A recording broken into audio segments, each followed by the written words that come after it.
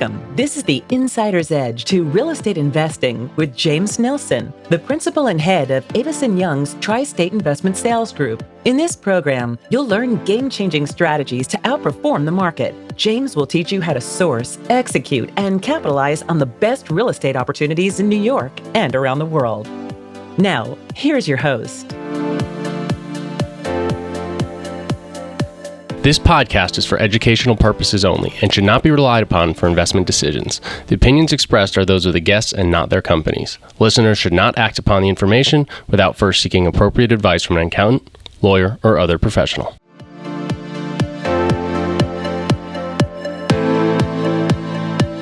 Welcome, everyone, to episode 194 of The Insider's Edge to Real Estate Investing. This is your host, James Nelson. I'm principal and head of Tri-State Investment Sales for Avison Young. And today, thrilled to have with us Bob Hart, who founded TruAmerica Multifamily in 2019 and serves as its president and CEO. I met Bob at the famous Marty Berger ski trip. Marty is someone who we've also had on this podcast, so definitely give his show a listen. But I reconnected with Bob after listening to his podcast, Rebuilding Communities, which is definitely something that you're going to want to check out. I really enjoyed listening to it. Love the fact that he's giving back. He's sharing his time. Here's someone who has started a company from scratch, 2013, and here we are 11 years later, and TruAmerica is the top 24 apartment owner in the U.S., according to the National Multifamily Housing Council. So that is pretty amazing. That took place after he led Kennedy Wilson's multifamily platform, acquiring over 20,000 units worth $4.5 billion. Before that, he held key roles at Heitman Capital Management and Executive Life Insurance Company. And what I also really love about this episode is Bob also gives back. He's going to talk about his work on the board of Chrysalis and his humanitarian efforts, as well as his time on the board of UCLA's Zimmern Center for Real Estate. So I know you're going to get a lot out of this episode. I think what was most impactful for me is the value of your reputation, and what Bob talked a lot about. And I asked him, how did you go about buying all these units in a very competitive time in the market? And he talked about how he wanted to be known as really a handshake buyer, someone who always said what they did what they said. And there's no doubt that he's built this company in the right way. So I know you're going to get a lot out of this episode. As always, if you haven't already, go ahead and subscribe to the show, and so that way we can keep you posted on future episodes. We really appreciate the ratings and the comments as well. I do read those, and thank you all, those who have forwarded those already. We're going to have a brief word from our sponsor, and we're going to get right into that episode with Bob Hart. A different approach to putting our clients first. Avison Young's Tri-State Investment Sales Group sells multifamily, office, retail, development, and specialty sales throughout the New York metro area. As experienced thought leaders in their industry, our 35-member group is available to help you make informed investment decisions by advising you on your current holdings or identifying new opportunities in the marketplace. Our one unified team is built on an industry-unique platform which promotes unparalleled collaboration and teamwork. We share core values of hard work, integrity, and expertise. We put our clients first, providing tailor-made strategies to achieve superior results. Please visit us at aytristateinvestmentsales.com and follow us on Twitter, LinkedIn, and Instagram at James Nelson NYC to learn more.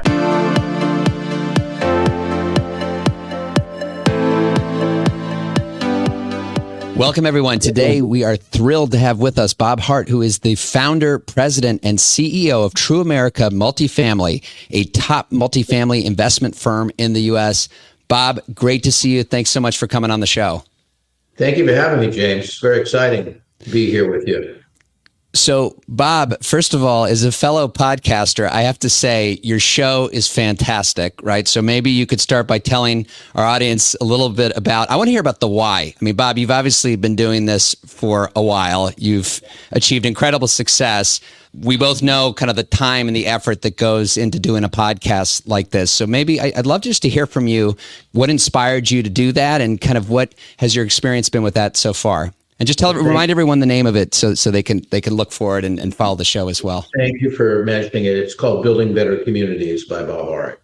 I'm a mini podcaster compared to you. I've done about 7, and you've done about 100, a couple hundred.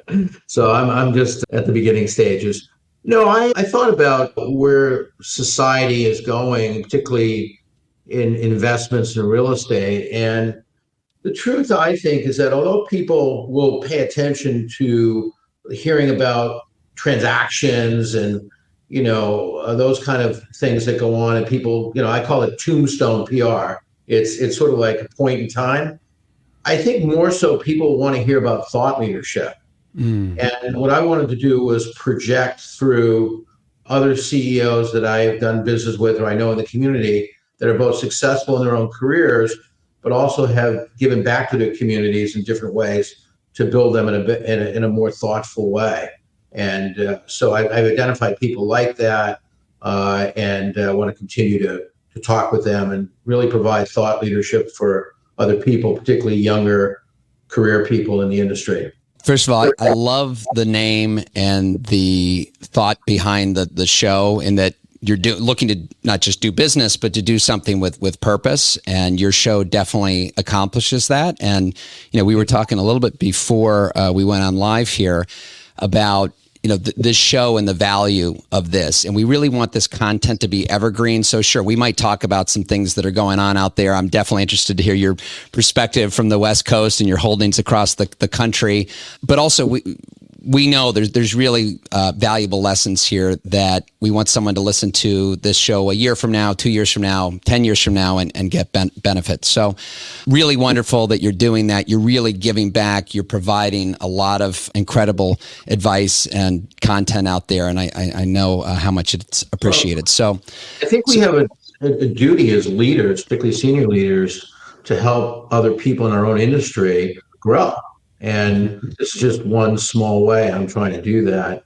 But I've kind of always built the ethos around my businesses around some form of giving back and participating within our community. We certainly want to get into what you're doing with TruAmerica Multifamily. But on that note, Bob, how do you study great leaders out there? Are you an avid reader? What other type of content do you consume that's informed your own leadership style? I think leadership is a do-it-yourself process where it occurs over time.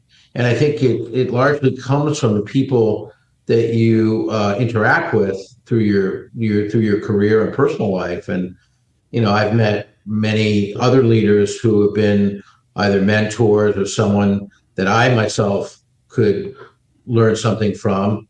And, I don't learn about them in an abstract way. I try to learn about them through engagement and getting to know them. And frankly, great leadership can come from a colleague or a junior member of your team that's done something.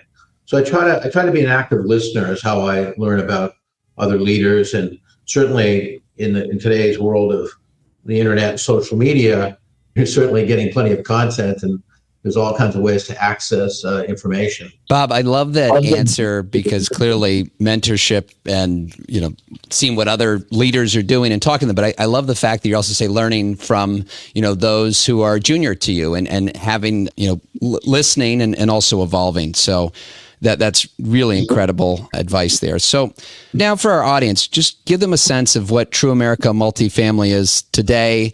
Tell us about the company and your holdings. TruAmerica is really the outgrowth of my 4 decades of investing in multifamily here in Los Angeles and now nationally.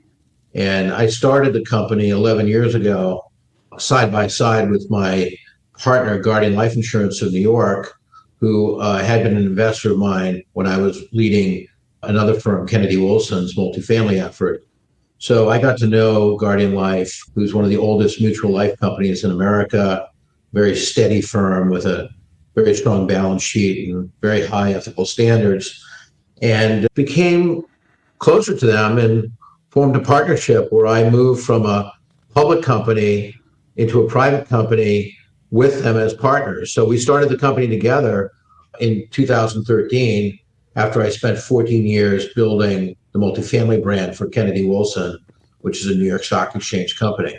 And what does your portfolio encompass today? How many states, how many assets, units? Yeah. So we've been probably one of the fastest, if not the fastest growing privately held company in our space in multi. We grew from 0 in June of 13 to 60,000 units today. And we've sold 20,000 units as well. So we've been a very active transactor of apartments. We're currently in 17 states and 32 different MSAs around the country. So we started obviously in California, and immediately started branching out through the West over a period of 4 years, first 4 years. And then we took the show onto the East Coast, and I had to learn those markets and learn the ropes there. And that took a little while. And that's now become the higher growth engine of our company. We're from, call it the Boston to Miami corridor, with a heavy concentration in the Southeast, and now gradually building a business in the Northeast, has also been a main growth engine of the company. And then 3 years ago, we entered the center of the country through the state of Texas. We're in every major city there, and we're also in the state of Ohio. We're talking about 11 years here. You start from zero. You're now a top 24 apartment owner in the country, according to NMHC. Yeah. So we could spend the entire hour talking about how you actually did that from zero, but to scale at that size and to break into new markets. I mean, you would think that each one of these new markets that you go into, there's a new learning curve. I mean, how did you build your company, your platform foundation to scale it? You know, you hear that expression, "Oh, I'm going to just build the plane while I'm flying it." I don't think you would have gotten to this point if you didn't have a business plan that kind of really had the roadmap to accomplish this. Yeah, I mean, every good growth story starts with, I think, a much smaller domain to begin with. I mean, we started out with 10 million in working capital and 10 people 11 years ago. And we incrementalized our growth. We started in the West, where I'm from, and we built out from there. And what we kept doing is building a team that had market and industry knowledge, and kept bolting onto that team.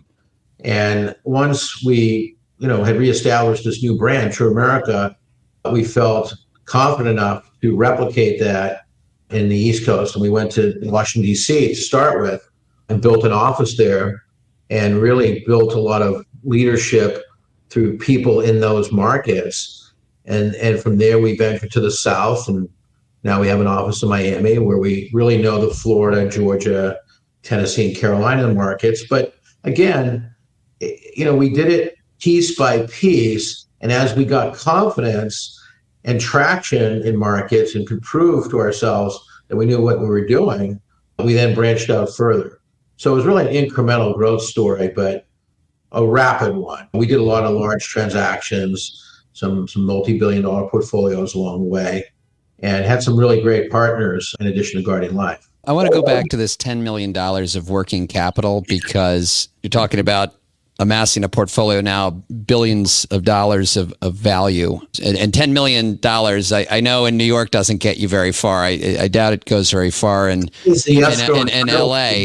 What's that? I said it pays the escrow, title fee, and closing costs in New York.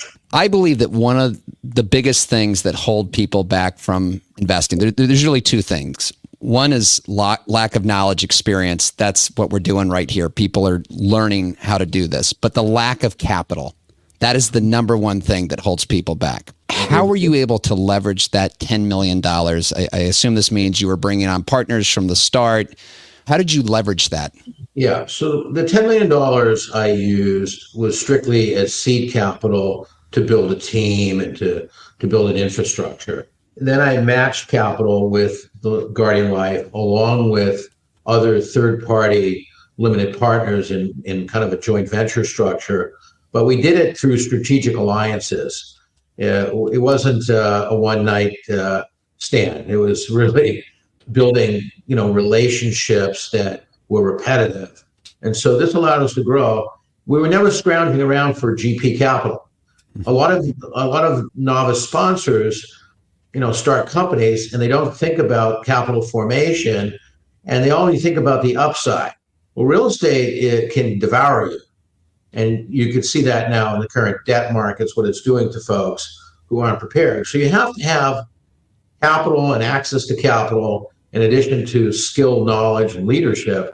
But you're absolutely right. Capital formation is really critical. So I had been doing joint ventures when I was at Kennedy Wilson, and then when the company went public, it had a different form of balance sheet. So we had a different balance sheet, and we also had a fund. But in the early years, that's what I did there. I kind of scrounged around for capital at a more humble time, and so I'm not afraid to raise money, and I'm not afraid to get out there and tell the story. And you have to be able to do that in order to form confidence around buying real estate in a very competitive environment, because we're not alone.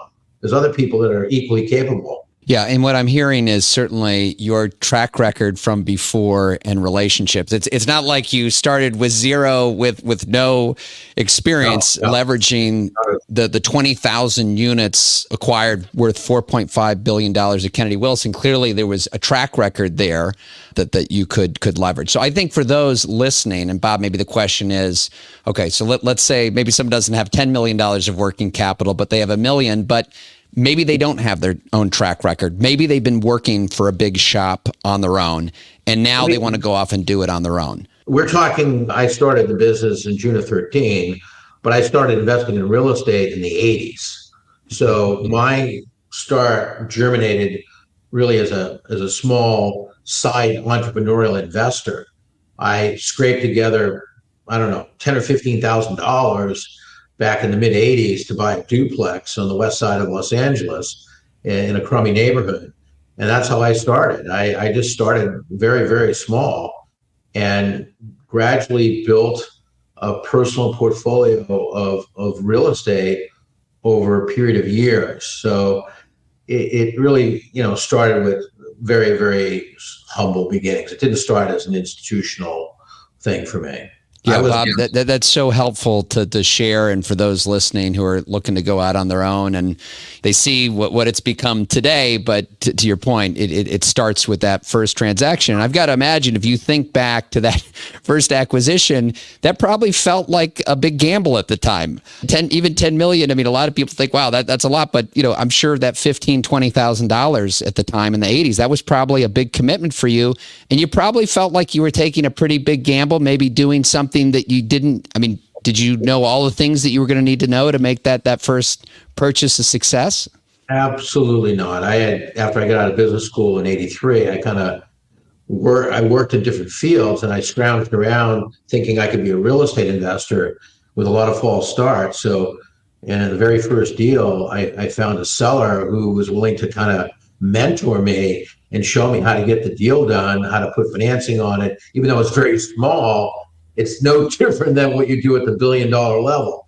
So again, I think mentorship is really important, and putting yourself out there. When I lecture at times, or I encounter people that are early stage careers, how do I do you? And I said, well, put some skin in the game. Let's start with that. You have to be able to invest your own money, because it creates a visceral, it's like a prod that's up your back. Because if you're not taking risks and you're just using other people's money, then you're really not a true entrepreneur. Entrepreneurs invest capital in addition to creating businesses. And real estate at the lowest stage, if you're just a small owner, okay, you're an entrepreneur. You're risking your own money alongside, most of the time, with other people. And then eventually you become, a custodian of other people's capital more so than your own. I would have to think that along the way, you've probably done every single role in the real estate realm, from overseeing the construction, renting out apartments. So assuming that is the case, how has that helped, as you grew your company, you were managing from that perspective, having gone through it yourself. I would imagine that was probably helpful as you build a company and trying to manage others when you've been there yourself.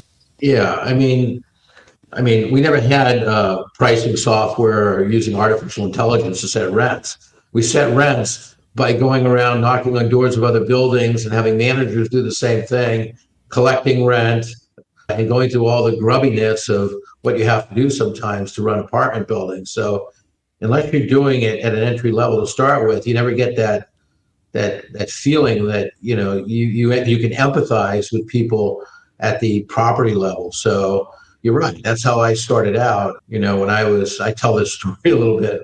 When I was an executive at the Walt Disney Company in the 80s, and I bought my first piece of real estate, the one in West LA, it was kind of in a bad neighborhood. So I would go down on a Friday evening or a Saturday morning after work. It was on a corner lot. I had a bucket of paint, and I used to paint the graffiti out along the fence, hoping that some crazy person was going to stab me in the back or kill me, because it was that kind of a neighborhood.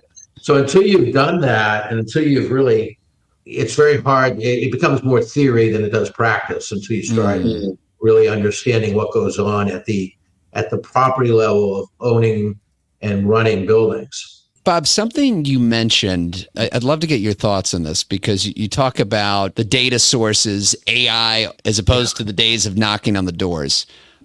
I have a theory that real estate is still a pretty inefficient business, right? There's a lot of information out there, but a lot of it's private. And a lot of those who have that information tend to keep it to themselves, which, by the way, if you're an investor, I think that's a good thing, because if this was a perfectly efficient market and everybody knew about every single trade, then you couldn't gain the insider's edge to real estate investing. So would you agree with that statement? Do you still think that there's inefficiencies out there that you can capitalize on, or do you feel like real estate investing is getting to the point where it's so efficient that everybody has the same information? Yeah. So let's unpack that a little bit. And I'm going to separate the consumer side of real estate from the investment side of real estate in that conversation. And I'm going to start with the consumer side. The United States has a very transparent system. However, knowing regional markets and knowing local markets has to come from networking and being engaged, because no one's going to hand you the information.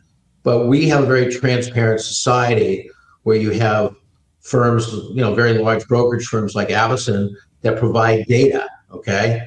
In many countries, that doesn't exist because they don't have the same kind of system as we do in transparency. So it's very hard. If you transact in real estate like I have in foreign countries, you'll see it's much tougher. So we do have a very transparent system because we have a good flow of information, but it didn't start that way. It began through really just hunting and gathering comparables, and on the investment side and on the rental side. So I think in that sense, everyone can have the same information, but information is of no use to you unless you know what to do with it and how to analyze it and it's still an instinctual business. And on the investment side, you're absolutely right. It's a very clunky business. It takes a long time to transact real estate. It requires a lot of touches of different documents, loans, contracts, forms. It's not like trading stocks or anything. That, coupled with the fact that landlords, as you said, or whether it's office or retail or apartments, you have different strata of people. You have families or individuals that don't raise rent.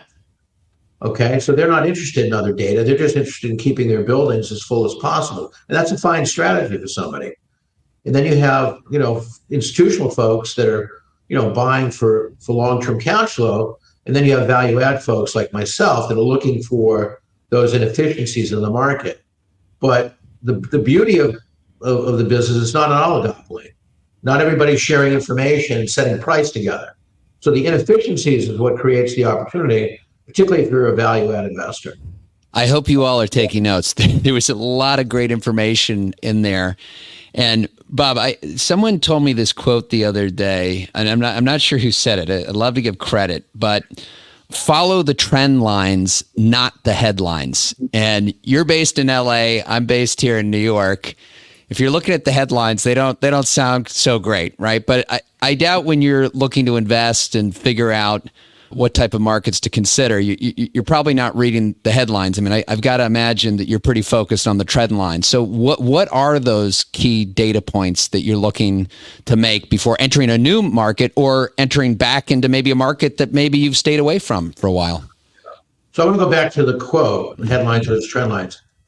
You have to obviously pay attention to what's going on in the world, but if you keep reading headlines in newspapers and internet feeds, it'll make it crazy, because what you'll just focus on are all the things that could go wrong as opposed to the little gems that could go right.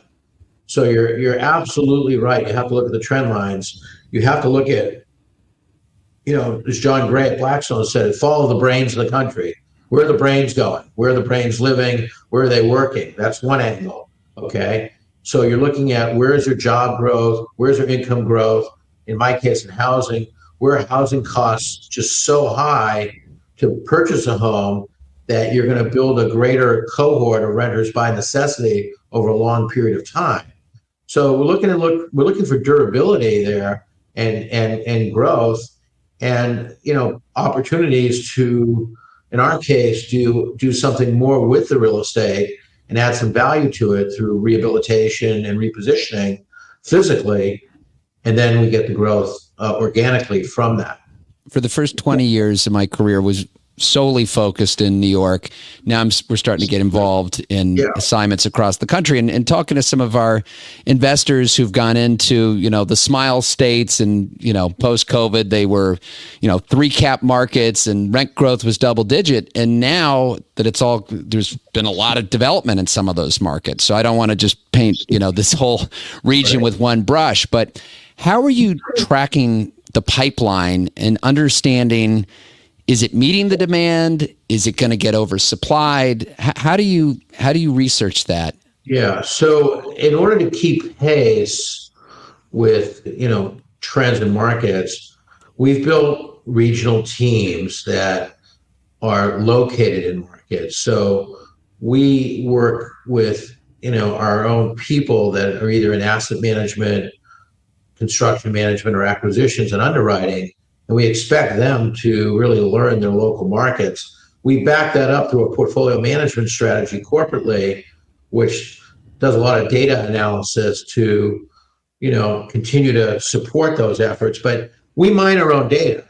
Okay. When COVID occurred, several years ago, everybody ran in hiding for a while, and everybody thought everybody would stop paying rent.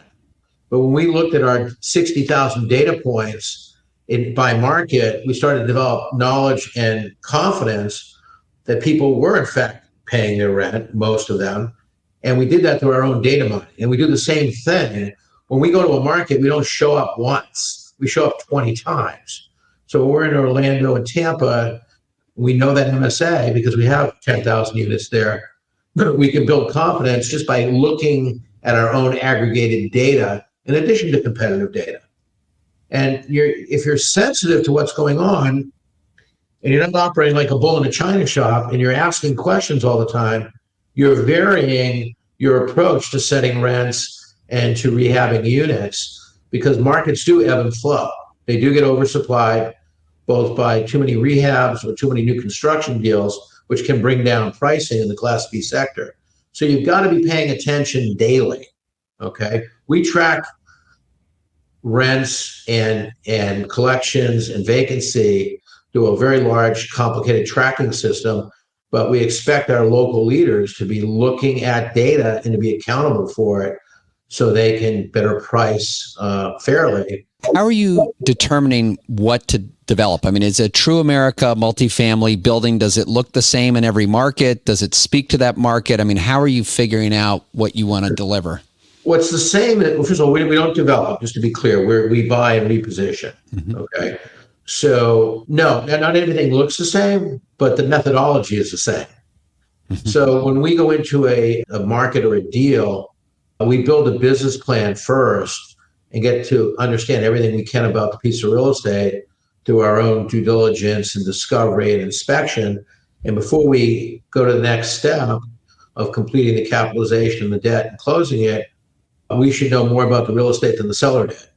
And we should really have a business plan that we believe in. And that business plan starts with, what are the rents going to be over the next 5 years, projecting them out, understanding our capital program, whether there's a lot of deferred maintenance that has to be dealt with, whether there's opportunities to improve the infrastructure, which are some of the common areas and the aesthetic, and then lastly, the units. We do try to create consistency in how we turn apartment units, because that's where we spend probably 50% of our capital and our time on. And we try to create not vanilla, but if we have 6 flavors, we try to replicate those flavors across the country to different standards and different levels, depending on the point of setting rent. And are you trying to deliver product to where you think the market is going? So are you just are you developing best in class product? I mean, I'm sure you're not trying to over amenitize. How do you know that you're not just meeting the market, but you're also, to use the old Wayne Gretzky, skate where the puck is going? How are you thinking about how you position an asset? I'm going to tell you how I think about it, okay? So first of all, we try not to over position. And my little rule is that, I grew up in a tenement house in Boston, okay? So if I wouldn't live in one of my own apartments in a pinch, I'm not doing it. So we try to raise the standard of living for people to give them more choices and better choices while trying to maintain pricing at a level that people can still afford. So we're looking at incomes too. So if the household income in the market, and I'm using lower numbers because it's not New York, call it $75,000 a year, okay, or $6,000 a month. You want people to be able to afford that apartment that might be $2,000 to $2,500, which I know sounds cheap in comparison to New York, but that's a third. Yeah, that's a third of their income. Yeah, we're investing across America, so we don't over rehab. We try to. It's a little bit of art and a little bit of science in how you do that, but we're trying to, apartment units don't necessarily need crown molding and granite. They need, good aesthetics, better flooring, better lighting, operating plumbing, and all the things that people expect to have on a roof that doesn't leak. But we do create, very nice units, but we're not spending the kind of money maybe that REIT would spend to do something. And I'm not saying we could do it for half the cost, but because of our economies of scale, we can keep costs very, very low. I want to go back to how you were able to scale this portfolio. And while you were acquiring these properties, the market was very hot at times and very competitive. So you're not the only firm looking to do this. So talk about what was your inside edge? How were you able to acquire these properties? Were these mostly marketed deals? What was it that got you to the top that got you the deal? I think we've always projected, and it didn't start this way. And again, it's an accumulation of years. But we are big protectors of our brand. We don't overly haggle with people. We're not trying to grind out the last ounce of price reduction, or we're not retrading. So we really built a relationship where we said, okay, you want to sell, we want to buy. You want to get off the train, we want to get on the train. We're going to do that in the smoothest, most comfortable way possible. And we're going to be user-friendly and transaction friendly. We also try, there are a lot of deals are marketed, but when you get the first look or the last look, you have a competitive advantage. And that comes from the comfort level and trust. If you're a broker, you don't want to do it twice or three times. You don't want to pick the wrong horse. So we try to maintain a focus where we can, and we've given it this name called TruAmerica Triangulation. We try in every transaction to know at least one or more of the entities involved. It's either through a relationship with a broker, we know the seller, maybe we know the seller's partner, maybe we know the lender, and maybe we know the operators of the real estate. So we're trying to focus where knowledge and relationship matter. So we like to say that we transact in relationship capital. Bob, I love that answer because, we've certainly been on, the side of the table when the other side is nickeling and diming and retrading and, sure, maybe the deal gets done and maybe they save 1%, but the next go around, that person is certainly not going to be a first phone call to say the least. And this is the long game. And frankly, it's the long game. And I have a lot of LPs that are very smart people, but sometimes, you encounter younger folks at these firms that haven't really been involved at the street level. And, their tendency is to want to grind out the highest price or the most concessions or the best terms. And certainly you got to be a good seller and a good custodian of capital. But the more you transact in a fair and open way, the more you're going to get from the marketplace itself. And we don't win every deal. Trust me, we did not. We probably win 25% of the deals, and we take rifle shots, not shotgun shots. So we understand what we're looking for, And what we do is we try to focus, the limited amount of resources we have at a smaller subset of potential transactions. This is solid gold. I mean, this is, I really hope that people are paying close attention to what you just said, because even if you're just starting to build a company, you want to do it the right way. Another quote or saying of, it takes a lifetime to build a brand and a minute to blow it. I mean, it's really, the way you act. You don't want to make that shortcut, right, that you think saves you a buck here if it's going to cost you in the long run. And you want to do things the right way. I think that's 100% right, James. But the other thing, and maybe it's because I've been through many cycles, you have to know how to play defense also, because real estate does cycle, and you've got to be prepared for that change. And it could come at different times. And as I've said to certain partners and friends, that kind of pound their chest when they do something, that's great for the moment. But we all live on this, if you're a mountain climber, on this precipice. I call it the precipice of fragility. It only takes one misstep to fall down the mountain. And if you fall too far, it's very hard to get back there. So don't get ahead of yourself. Don't try to necessarily go beyond where your comfort zone is. I mean, it's okay to push, but I think you got to be very careful in this business because it can turn on you. It can turn on you very quickly. Bob, I want to now talk about, I'm sure you've experienced this in LA, certainly here in New York, but regulation, right? And the political climate, and I think a lot of it, I mean, maybe post-COVID, people start to migrate, especially if they're working virtually.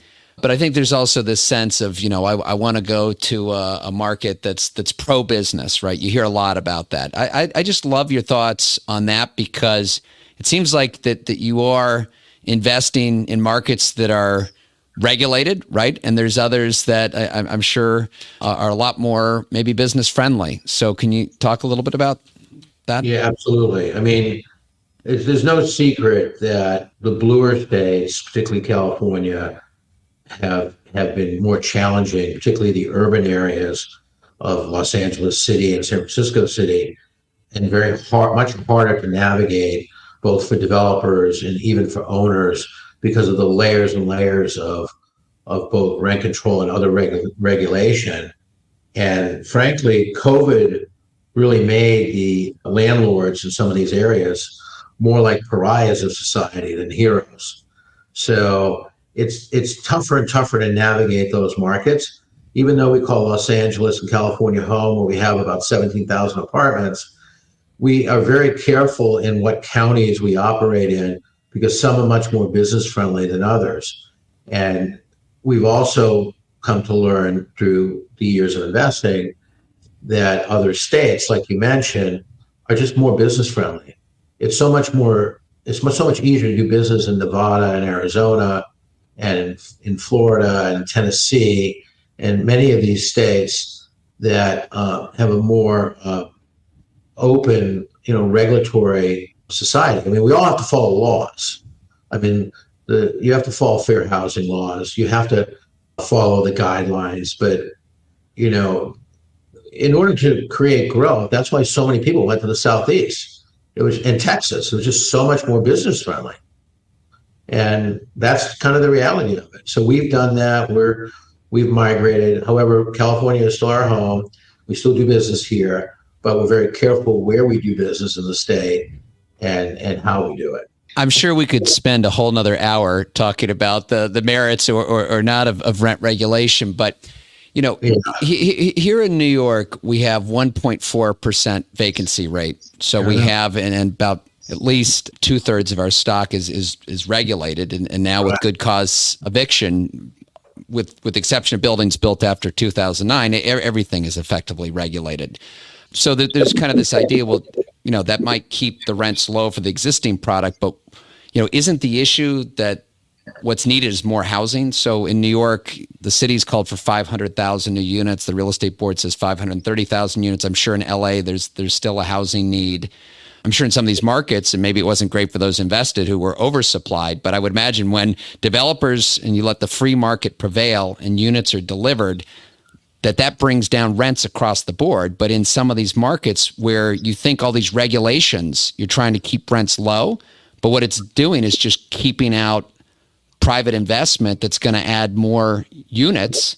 I mean, what are your thoughts on that? Well, yeah, I agree with you. What rent control does, particularly if it's very draconian rent control, where there's no vacancy decontrol or mark to market, it creates this huge disincentive to rehabilitate apartments and to build new ones. And it only makes the existing landlord more money in the long run because of supply constraints. And even though there may be regulation, eventually, income does catch up at some point. So I think if you could retrain, call it the regulators, and convince them that more is better, not worse. I'll drive through some of the areas of Los Angeles that are, we have a long sprawling boulevards here, and you'll see miles and miles of small retail and two-story courtyard, low-density buildings. Those same lots could accommodate 5- and 6-story smaller units for the working people, so they didn't have to live in the Inland Empire and really far away to commute into their jobs in the city closer in. So we're not really thinking correctly about growth. And a lot of that is, fostered by NIMBYism. No one wants to see density too close to their own backyard. But the reality is it's selfish. If we really wanted to help working America, we would continue to build more housing, because you're right. That's why, frankly, Austin is very soft right now. They built so much darn housing, it's pushed down rents in the B and C markets because there's so much Class A product that's there. And it'll normalize because the city's going to have a lot of growth. And maybe it was too much too soon. But if you had a normalization of growth and allowance for that without regulation, the market would reset appropriately. It's a great point, and it's really wonderful to get your perspective on that. Again, being invested in so many of these different kinds of markets. Sure. So, Bob, now I'd like to kind of turn more to kind of what your role is currently. What is your typical day to day? Because you're overseeing a top 24 apartment owner in the U.S. You also give back. I want to get to some of the charitable involvement and what you're doing on the UCLA Leadership Board. You have your own podcast. I see you at the Marty Berger ski trip. So obviously you're having some fun still while you're doing this. So is there even a typical day or week for you? Not really. I try to spend a lot of time when I can in the field, and that's where I probably have the most enjoyment rather than being in the office. But every day is different. I focus a lot on, obviously, the investment side of the company and working closely with our leaders there to either raise capital, support the capital we have raised, and solve problems. And I try not to manage in a dictatorial style. I try to give advice and try to create decision-making from the bottom up. But when there's a clog in the system, I try to unclog it immediately. So the key is to move through the process and to really make sure that the team is really empathizing with whoever their constituents are, whether it's an investor or a problem at the operating level. So I try to stay engaged. We do quarterly in-depth financial reviews, which I'm involved with, so I spend time doing that. But a lot of time is spent either raising capital or in the field looking at real estate, in addition to once in a while having some fun, like going on the Marty Berger ski trip where I met you. And this definitely sounds along the lines of, I've just finished this book by Dan Sullivan and Ben Hardy. So I've been on this kick that 10x is easier than 2x. And, the whole premise is if you just try to do double what you're doing, you work twice as hard, you burn out. You can't work 10 times as hard. So you have to focus on what are the, those core activities. If you look at the 20% of what you do that's most valuable, that's probably going to have 80% of the results, right? That whole 80-20 principle. So, what advice would you give to those listening right now to really think about, how they can be most productive with their time and, whether it's leveraging a team delegating whatever it is. But how can someone really make that 10x jump? To really leverage your time is what you're saying. Yes. I think you have to build trusted relationships with your team, both at the lowest level and the highest level of your company, and you have to learn and learn how to work with other people. So if you're isolated or you're just working in a silo, I think it's harder to leverage your time. If you're working in a collaborative way, I think it's easier to do that.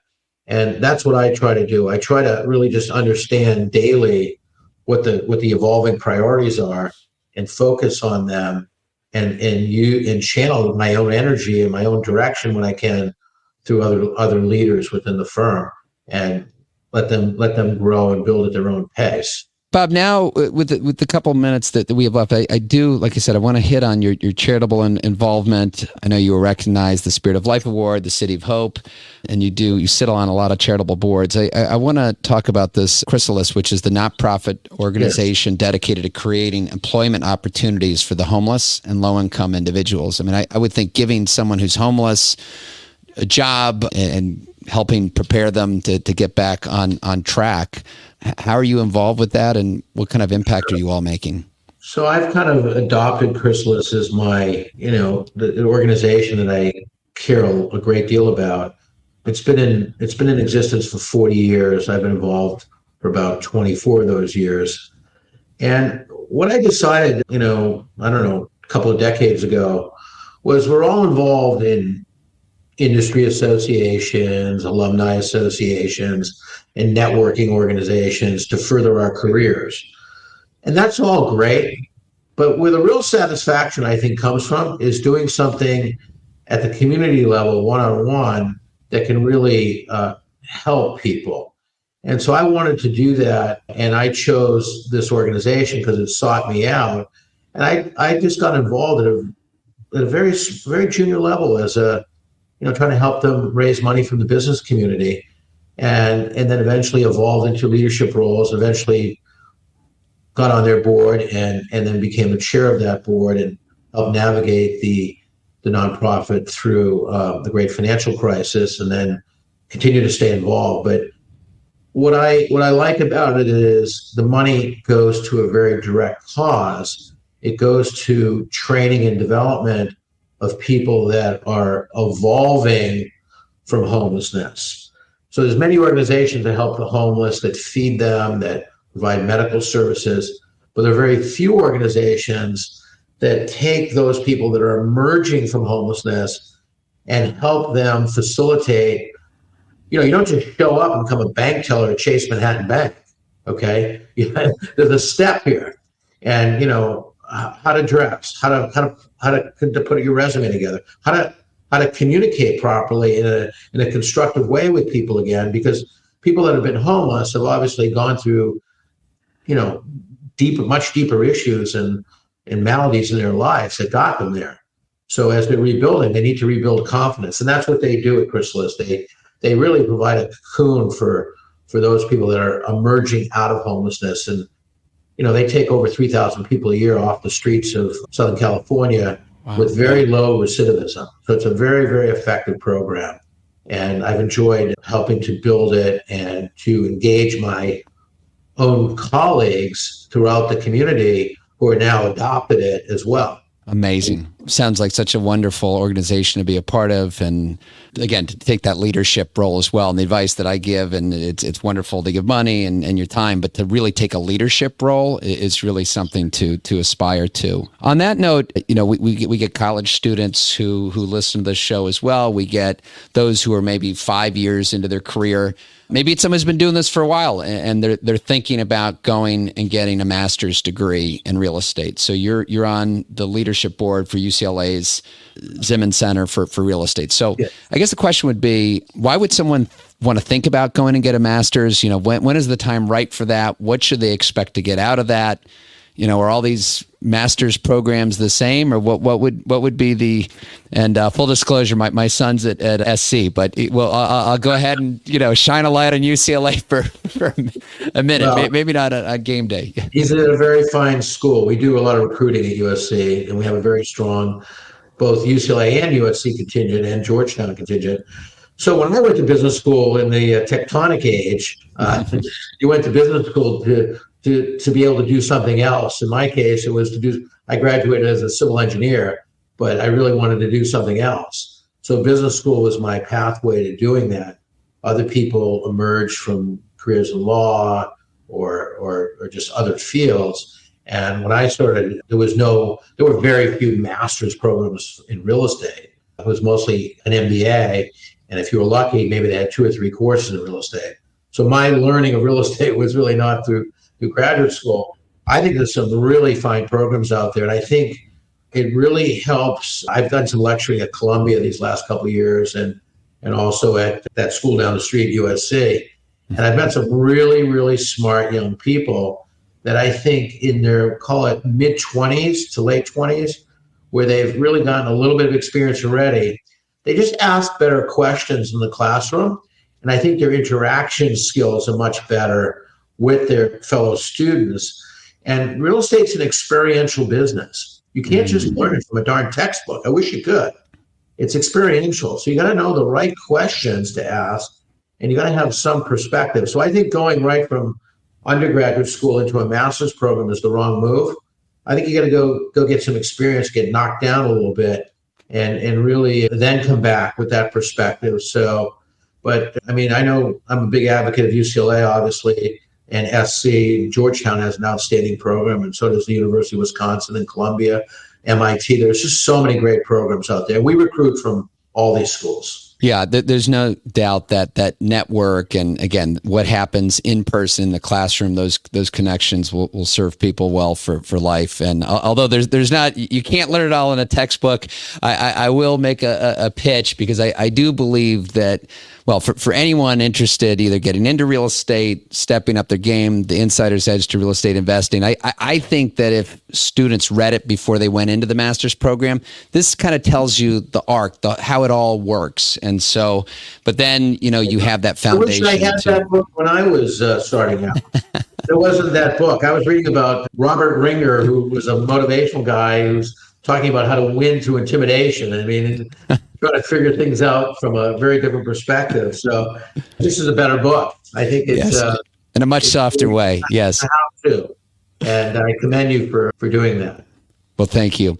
Well, Bob, this has been amazing. We really appreciate your giving your time. And again, you got so much going on. But any parting words, thoughts, advice for our listeners right now? Maybe it's someone who, whether they're in school or maybe they're working for a big shop, they're thinking about going off and, maybe it's making their first investment. What words of encouragement would you give them? Well, I would give them words of encouragement that even as we're sort of in a transitional period of cycles now in real estate, there's always going to be great opportunities out there through up and down cycles.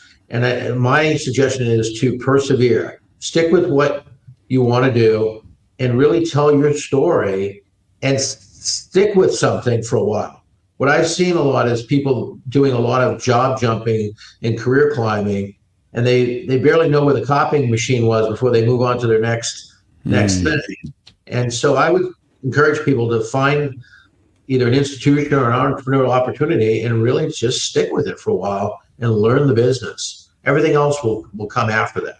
Wow. Bob, I love that advice. And for me, maybe I got lucky, but it was kind of rare that first job out of college, I was there 17 years with Massey Knackle. We sold it to Cushman. We were together, at least all together as a group, for the first 20 years of my career. And I can certainly attest to that. So, Bob, thank you again for spending the time and for anyone who's just learning about Bob for the first time. And you should definitely check out his podcast, The Building Better Communities. And if you like this episode, I don't know how you couldn't, you share it with someone. That's how we're spreading the words, the ratings, comments, that also helps get the word out. So we really appreciate appreciate it. And as always, you can go to jamesnelson.com. I built this site for you. That's where you can find the show notes. That's where you can find helpful videos, articles, and ways to connect with me as well as with Bob. So thank you until next week.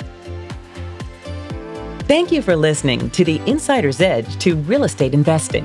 We appreciate your subscribing and sharing with your friends. If you haven't already, please connect with James at James Nelson NYC on LinkedIn, Instagram, and Twitter. Please also visit jamesnelson.com, where you can find the show notes and other episodes, along with an exclusive video series and other helpful resources, so you can gain the insider's edge to real estate investing. Until next week.